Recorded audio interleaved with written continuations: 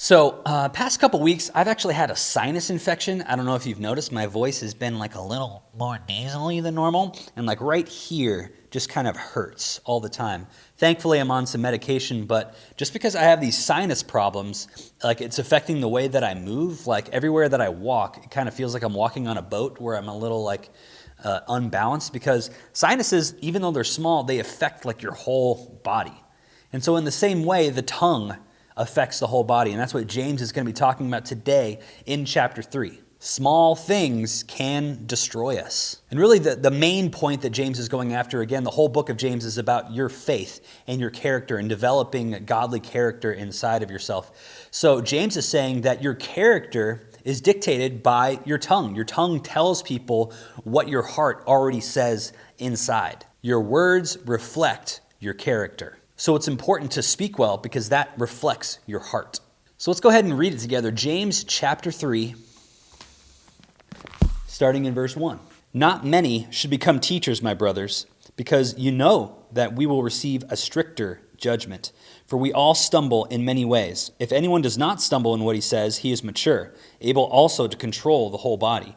Now, if we put bits into the mouths of horses so that they obey us, we direct their whole bodies. And consider ships. Though very large and driven by fierce winds, they are guided by a very small rudder wherever the will of the pilot directs. So too, though the tongue is a small part of the body, it boasts great things. Consider how a small fire sets ablaze a large forest. And the tongue is a fire. The tongue, a world of unrighteousness, is placed among our members. It stains the whole body, sets the course of life on fire, and is itself set on fire by hell. Every kind of animal, bird, reptile, and fish is tamed and has been tamed by humankind, but no one can tame the tongue. It's a restless evil, full of deadly poison. With the tongue we bless our Lord and Father, and with it we curse people who are made in God's likeness. Blessing and cursing come out of the same mouth. My brothers and sisters, these things should not be this way. Does a spring pour out sweet and bitter water from the same opening? Can a fig tree produce olives? My brothers and sisters, or a grapevine produce figs? Neither can a saltwater spring yield fresh water. So let's break down these 12 verses, starting in verse 1. Right off the bat in verse 1, James talks about how certain people shouldn't become leaders and teachers because those people are looked at with higher scrutiny. Really, with great power comes great responsibility, like my friend Spider-Man says.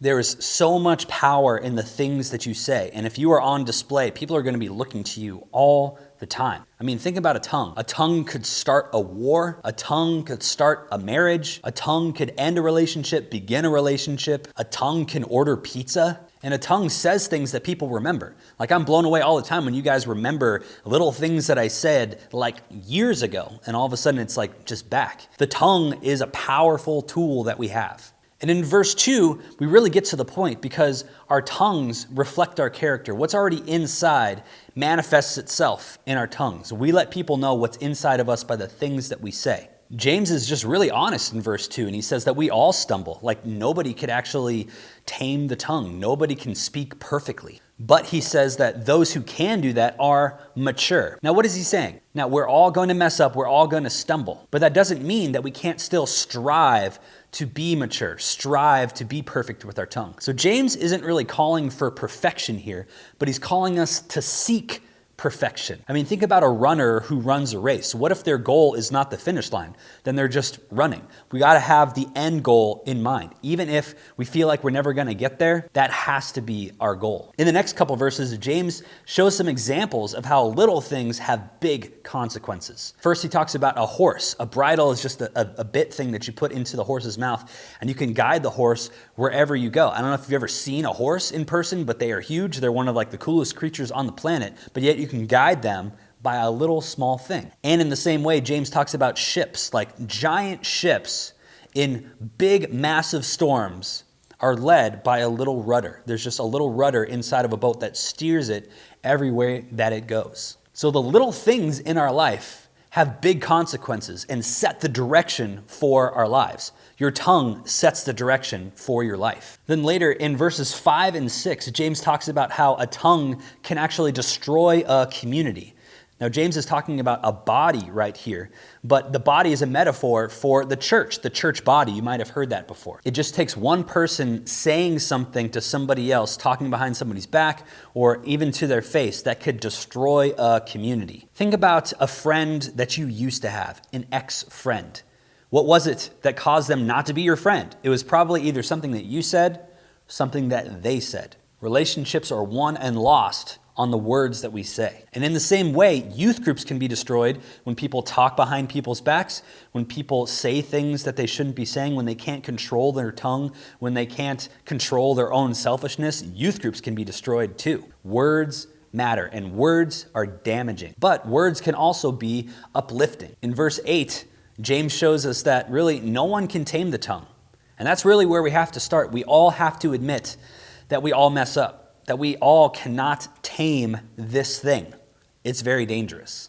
Not the wisest person, or even the person that uses it the most or uses it the least. Nobody can tame the tongue. So the best, most mature thing to do is just accept how dangerous the tongue actually is. So be self-aware of how you use your tongue. Be aware of how other people are using their tongue. Be quick to forgive others. Be quick to ask for forgiveness when you use your tongue in a way that you know that you shouldn't be using your tongue. Proverbs 17:28, I love this. It says basically, a dumb person is even considered wise if he holds his tongue. So people will think you're smart, like literally if you just don't say anything. If you choose when to speak very sparingly, like very small times, then people are just going to assume, oh, he's thinking, he's very thoughtful, he's a very wise person. So try it out next time. I think the most important thing for us to do is look at ourselves. Look at how you're using your tongue. In verse 9, James calls us out. He's saying, are you using the same tongue to bless God as you are to curse others? Do you sing worship songs and offensive songs on the same day? Do you cuss out your friend and then pray at church with the same tongue? We think that somehow when we enter church or when we open our Bible, all of a sudden our tongue is clean. But no, just like verse 8 said, we have to admit that the tongue is a fire. Like the tongue is evil. Nobody can control it. So what do? Well, the hope that we have is in Jesus, which is why we want to make Jesus known, because only Jesus can change your heart. Only Jesus can clean your tongue. God sees what you do. God hears what you say. And most importantly, God knows what's in your heart. You might fool us, but God knows what's in your heart. That's why in verses 11 through 12, James ends this section by showing some other illustrations from nature. He talks about good trees producing good fruit and bad trees producing bad fruit. So at the end of the day, all of these are a symptom of what's going on in your heart. That's the whole point. If you have a new, renewed heart, then you're going to have new, renewed speech. Do you guys know what symptoms are? Like a symptom is you're feeling tired. So a lot of people, they see that, oh, you're tired. You need to drink some coffee. You need to drink some caffeine. But really, they're just addressing the symptom. They're not addressing the root cause of the symptom. Maybe it's because you don't sleep at night. Maybe it's because you have a poor diet. Maybe it's because, on and on and on. The solution isn't just to get more caffeine to fight the sleepiness. The solution is to try to find the root problem. So that means that we all need to identify our root problem, which is our hearts. So think about the last thing that you said to somebody. What does it reveal about your heart? Even if most of the things that come out of your mouth are things like, I don't care, or whatever, like that's not neutral. That shows what's really in your heart. Like maybe you genuinely don't care about people. I would encourage you to allow Jesus to change your heart. Fill your mind with his words. Talk to him throughout the day. You'll be amazed that when you fill yourself up with Jesus, you'll find yourself speaking things that are more godly. So how do we follow Jesus with our tongue? Like that seems really weird. How do we follow Jesus with our tongue? Well, the number one purpose of why we exist is to make Jesus known. Jesus commanded us to make disciples of all nations. And we do that by speaking the truth of Jesus into words. And we can speak the same way that Jesus spoke.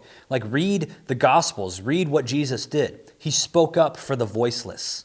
He blessed those that cursed him. He called out hypocrisy. If you want to be like Jesus and be a good friend to someone, you need to speak the truth in love. So apologize if you're wrong. Open yourself up to people. Allow God to change you from the inside out. Let Jesus work on you. So remember how dangerous your tongue can be. You can use it for good, but you can use it very, very easily for evil. So when it comes to our youth group, I would encourage you to lift up others, to encourage life with your words.